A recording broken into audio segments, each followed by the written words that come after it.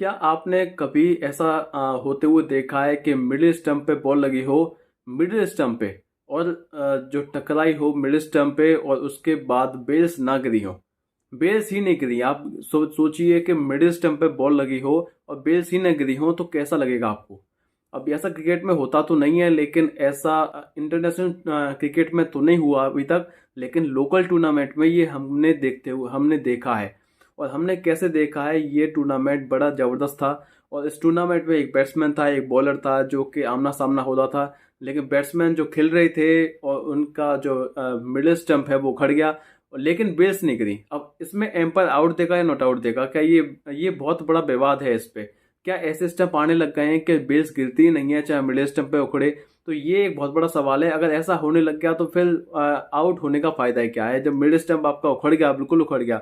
आप सोचिए बिल्कुल ही उखड़ जाए, ऐसा नहीं है कि बॉल टच हुई है, बॉल स्टंप जो है उखड़ जाए बिल्कुल, लेकिन बेस ना करें, तो क्या आउट हो सकता है? क्या ये रूल्स है?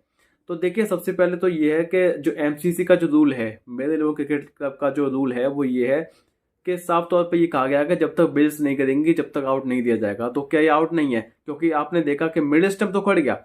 आप ये तस्वीर आप देखिए सबसे पहले। तो आप इस तस्वीर में आप देख सकते हैं कि जो मिडिल स्टंप है वो खड़ चुका है, लेकिन बेल्स जो है दोनों गिरी हुई नहीं है, बिल्कुल सही है, बिल्कुल अपनी जगह पे टिकी हुई है।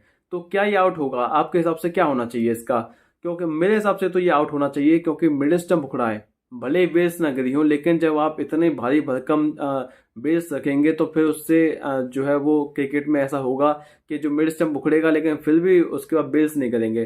तो इस तरीके से रूल बनाने में कोई फायदा है नहीं, जो रूल्स पहले से बने हुए हैं। हालांकि मैं ये समझता हूँ कि मिड स्टंप तो उखड़ा है, कम से कम आपने बॉलर ने ताकत लगाई है कि मिड स्टंप को उखाड़ा है, बिल्कुल पूरी तरीके से उखाड़ा है। तो मुझे ऐसा लगता है कि आउट है ये, और एम्पायर ने इसको आउट दिया था, और जो कि मैं उसके सहमत हूँ, क्योंकि मिड स्टंप पकड़ा है तो बिल्स भले गिरना गिरी हो या ना गिरी हो। क्योंकि कई बार ऐसा मिड स्टंप उखड़ता है या फिर कोई सा भी स्टंप उखड़ता है, उसमें बेल्स नहीं गिरती हैं। लेकिन इसमें बड़ा आश्चर्य वाली बात है कि बेल्स नहीं गिरी, मिड स्टंप भी उखड़ गया, फिर भी नहीं गिर पाई है। तो फिर इसके सवाल उठता है कि ऐसी स्टंप क्यों आ रही हैं कि जिसपे मिड स्टंप उखड़ने के बावजूद भी बेल्स नहीं गिर पा रही हैं? तो ये एक बहुत बड़ा सवाल है, जो क्रिकेट पे सवाल बहुत बड़ा है ये। तो देखते हैं इसका क्या सॉल्यूशन निकालते हैं, क्योंकि ये भले ही लोकल टूर्नामेंट में हो, लेकिन ये आईसीसी इवेंट या फिर अगर किसी इंटरनेशनल मैच में हो जाता है तो यह विवाद खड़े होने वाले हैं। तो ये था मेरा आज का वीडियो। अब नेक्स्ट वीडियो में मिलेंगे, तब तक देखते रहिए हमारे यूट्यूब चैनल। नमस्कार।